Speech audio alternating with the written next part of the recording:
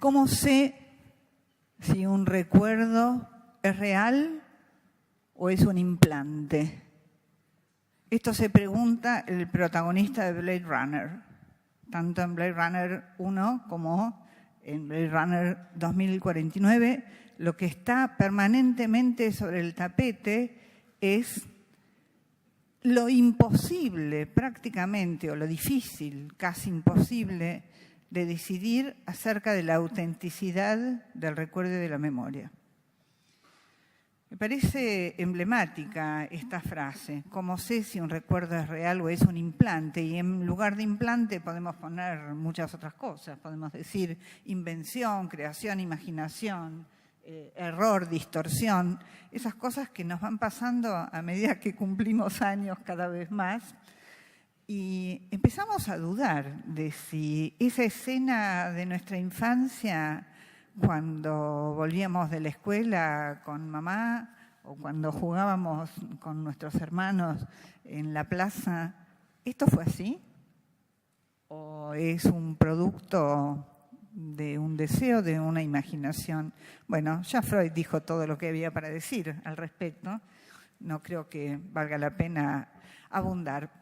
Lo que quiero mostrar con esto es que la palabra memoria es todo menos sencilla y es todo menos autocomprensible y autoexplicativa. Me parece que acá hay un núcleo sumamente importante para trabajar, porque cuando se habla de memoria, se habla de transmisión, y esto ya de por sí es también infinitamente complejo.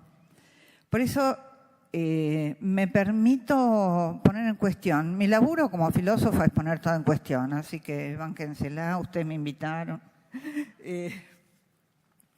Me permito poner en cuestión el término posmemoria.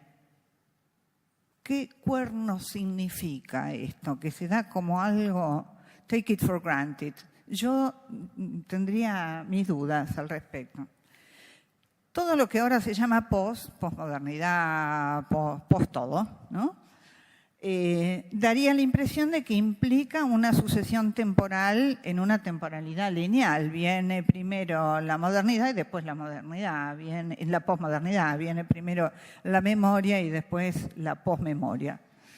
Bien, vamos a tratar de desguazar estos nombres que suenan fantásticos, pero que a mí me inspiran sospecha. Hablar de una temporalidad lineal, memoria, posmemoria, es lo mismo que hablar de una temporalidad lineal pasado, presente y eventualmente futuro. Justamente creo que lo que se rompe en ocasión de las catástrofes de las que estamos hablando, los genocidios, todo tipo de intento de exterminación de una masa de población, por los motivos que fuere, lo que se rompe son dos cosas. Una es la temporalidad y otra es la garantía de la palabra. Ya ahí estamos complejizando la idea de transmisión.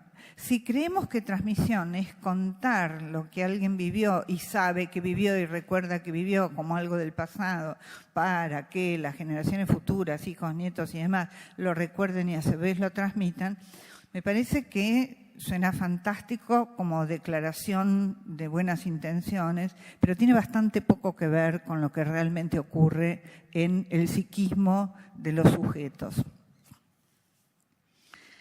La idea de posmemoria, yo voy a trabajar básicamente en base a una autora contemporánea, una psicoanalista que se llama Françoise Dawan, quien junto con su marido, ya fallecido, Jean-Max Godier, escribieron los dos un libro cuyo título, más que fuerte y me parece significativo y sintomático, el título del libro es Historia y Trauma y el subtítulo es La locura de las guerras. La locura de las guerras. Tanto François como su marido atendieron durante muchos años a pacientes de diverso tipo, muchos de ellos sobrevivientes no solo de la Shoah en Francia, y no solo en Francia, también estuvieron en Canadá, en Inglaterra y en otros lugares, pero básicamente en Europa, a sobrevivientes de múltiples genocidios y de múltiples catástrofes. Por ejemplo, de Ruanda, además de gitanos, etc.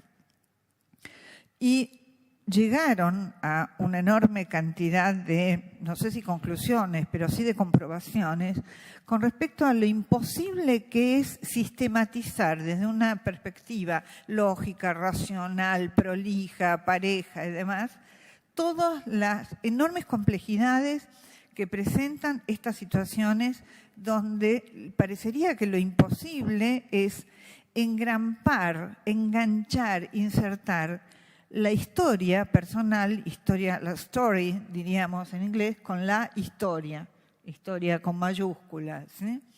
¿Cómo hacer para historizar una vida quebrada? ¿Cómo hacer para retemporalizar una experiencia del desastre? ¿Cómo hacer para volver a ligar a la palabra y a la confianza en la palabra una vida que ha sucumbido a la destrucción absoluta de la fe en el lenguaje? No nos olvidemos que todo régimen totalitario y todo gobierno autoritario, llámese nazismo, dictadura argentina o lo que fuere, es, siguiendo las indicaciones de mi jurista de cabecera, Pierre Legendre, mi jurista fetiche, psicoanalista también, todo genocidio es un atentado a la filiación, es un ataque a la filiación, es decir, es un ataque a la sucesión de generaciones y es un ataque a la transmisión de la herencia de las generaciones pasadas a las presentes y a las futuras.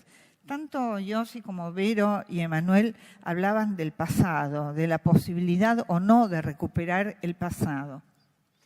Bien, el genocidio, cualquiera sea, lo que intenta es eliminar el pasado, no eliminar a las generaciones presentes, no matar a un montón de gente. No es lo mismo, y eso Lemkin, cuando crea el término genocidio, lo distingue claramente. No es lo mismo matanza que genocidio. Una matanza se puede llevar a cabo por intereses económicos, territoriales, bélicos. Un genocidio es borrar la memoria, borrar la transmisión, interferir la sucesión de generaciones. Por eso las violaciones, la sustracción de niños, el cambio de identidad de los niños sustraídos, todas esas figuras van de la mano con cualquier genocidio.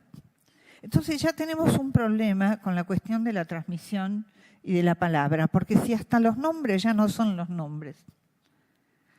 Este texto de la historia de los abuelos que no tuve es maravilloso porque, como dice otra psicoanalista francesa, Sylvie Le Poulichet, todo niño se fabrica padres, fabrica una versión más o menos real y más o menos imaginaria, o a medio camino entre lo real y lo imaginario, vaya uno a saber qué es lo real, para tener los padres que más o menos puede bancar y puede querer. Fabricarse padres, como fabricarse abuelos, es historizarse, ¿sí? Entonces, digo, hablar de posmemoria supondría que hay una memoria efectiva, real, consciente y rescatable del pasado que se puede transmitir a los hijos y a los nietos para que esto pase en forma más o menos explícita y más o menos como un paquete con siempre el mismo contenido a través de las décadas. Yo dudo de que esto sea posible. Una de las cuestiones que descubren estos psicoanalistas trabajando con estos pacientes que están supuestamente locos, psicóticos o fuera de la razón convencionalmente entendido, es que no saben lo que saben. y que transmiten sin saber una enorme cantidad de experiencias de las cuales no tienen la más remota idea. Quizás han sido experiencias de sus padres o de sus abuelos combatiendo en alguna guerra que no les ha sido transmitida explícitamente, que nunca les contaron. Y sin embargo eso aflora ¿a través de qué? A través de síntomas, por ejemplo. Entonces, ¿qué clase de transmisión es esa? Yo quiero poner entonces el término transmisión bajo la lupa y pensar que no solo está esa transmisión frente a la cual, como muy bien decía Manuel, tenemos una responsabilidad y un deber, no solo los historiadores, o como decía Vero, somos todos educadores, sino que hay también una transmisión oscura, una transmisión que roza con lo siniestro, una transmisión insabida, que emerge en los momentos menos esperados y con las formas quizás más locas, más patológicas, más horrorosas, a veces en actos de autodestrucción. Todos sabemos la cantidad de suicidios, ¿sí?, que ha habido en sobrevivientes y descendientes de sobrevivientes. Quisiera leerles 2 o 3 parrafitos nomás. Todo este libro es absolutamente maravilloso y escalofriante porque cuenta historias reales, ¿sí? En la intimidad de un análisis, pero que trasciende con mucho a lo estrictamente individual y personal, y esto es lo que tiene interesante. Dice en un momento François Dabuan en la página 38 de su libro: la explosión sin metáfora de las garantías de la palabra y la deconstrucción de todas las referencias dejan al sujeto que se ve confrontado con ellas en un estado de extrañamiento y de soledad absoluta respecto de todo el resto de los lazos que hasta entonces le eran familiares. Esto lo lee perfectamente en los libros de Primo Levi, ¿no? Esa extrañeza en el mundo se transmite a tal o cual descendiente que intentará, mediante algún golpe de locura, hacer oír y mostrar el estrépito y los gritos que han permanecido en una memoria que no olvida, hasta encontrar a alguien a quien le ha sido dado dejarse llevar a estos lugares que ya nadie quiere ver ni oír, para escribirlo en la tradición oral, parecida a la epopeya, e iniciar una transmisión. Este párrafo de por sí daría para 3 horas, por lo menos, de charla, pero quiero rescatar de aquí algunos elementos para que nos queden picando y podamos pensar en este lado oscuro de la buena intención de la transmisión, la memoria, todo eso que, como dije, es absolutamente necesario y obligatorio, pero sin olvidar todo esto. Primero, la explosión de las garantías de la palabra y la deconstrucción de todas las referencias. Esto es lo que le pasa. Yo recuerdo mis charlas con mi querido Jacques Fuchs, Zichronel y Brajá, que su memoria sea bendita, cuando me contaba, y esto está retratado en El árbol de la muralla, el film de mi alumno Tomás Lipgott, cuando Jacques dice: a mí me preguntan qué pasó, y yo qué sé lo que pasó. Yo estaba reducido a 1 milímetro de suelo, donde estaba parado, congelado, y lo único que podía pensar era si iba a poder conservar mis zapatos. Entonces, de ninguna manera el que vive esa experiencia tiene conocimiento, y pongo la palabra conocimiento entre comillas, de la totalidad del hecho en el cual está, pero subsumido, chupado, tragado. Y la palabra chupar no es cualquier palabra, lo hemos sufrido en la Argentina. Está desubjetivado, está desimbolizado, está roto su vínculo con la palabra. Ya no hay tiempo para él, no hay pasado, presente ni futuro. Entonces, esa ruptura de todas las coordenadas y de todas las referencias produce una marca que va a buscar la manera de transmitirse y de decirse de formas absolutamente no explícitas, no lógicas y ni siquiera sensatas. Esa es la locura de los descendientes. Los descendientes, en general, descendientes de sobrevivientes que no han podido hablar durante décadas, como el mismo caso de Jack y de tantos otros que muchos de nosotros hemos conocido. No hablan, pero dicen. No hablan, pero transmiten. Transmiten, como digo, la contracara o la parte oscura. ¿Cómo se abre paso esto para constituirse en experiencia? Recordemos el inicio de un maravilloso artículo de Walter Benjamin titulado Experiencia y Pobreza. Walter Benjamin dice, los soldados que vuelven de la guerra, la primera guerra, ¿no? Vuelven mudos, no pueden hablar. Sin embargo, hablan sus cuerpos, hablan sus síntomas, hablan sus dolores, hablan sus heridas, hasta que algo de esto puede transmitirse y encontrar una vía que convierta la vivencia muda en experiencia. Voy terminando. Todavía ni empecé, che. Bien. El pasaje del pasado al presente no puede efectuarse cuando el impacto del desastre ha inmovilizado el tiempo. Ha inmovilizado el tiempo, está coagulado el tiempo en esa experiencia traumática. El problema es que las historias de descendientes que tuvieron la carga de transmitir de generación en generación pedazos de temporalidad congelados, esas historias quedan de algún modo también subsumidas en el surco de esto que no pudo transmitirse porque ni siquiera pudo constituir una experiencia.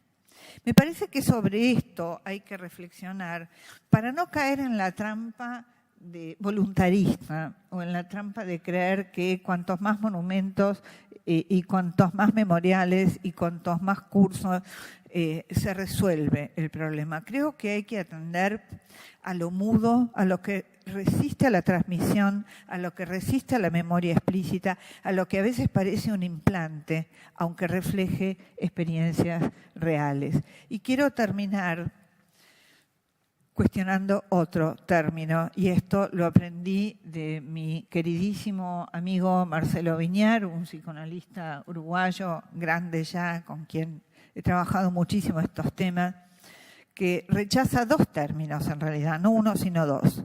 El término víctima y el término resiliencia, creado por Cyrulnik. ¿Por qué víctima? Porque víctima, y un poco de esto han hablado quienes me antecedieron, puede llegar a decir cualquier cosa y no significar nada. Y víctima también puede llegar a ser una posición subjetiva de lo más cómoda. Sacar a quien ha vivido esto del lugar de víctima es posibilitarle, sin garantía de ninguna naturaleza, posibilitarle que se reapropie de su potencia y pueda hacer algo con esto. Y no quedar recibiendo los réditos, digamos, de su lugar de víctima, que tiene, como todo lugar de porquería, lo sabemos, sus beneficios secundarios. Y el término resiliencia, que viene de la física, de lo toma Cyrulnik, tiene un grave problema, que es que supone que los materiales vuelven a tener el estado y las condiciones que tenían antes del hecho de ruptura. Eso, señores, sepámoslo, nunca, jamás es así en la vida de un sujeto y mucho más después de un trauma catastrófico como cualquiera de estos que estamos mencionando. Muchas gracias.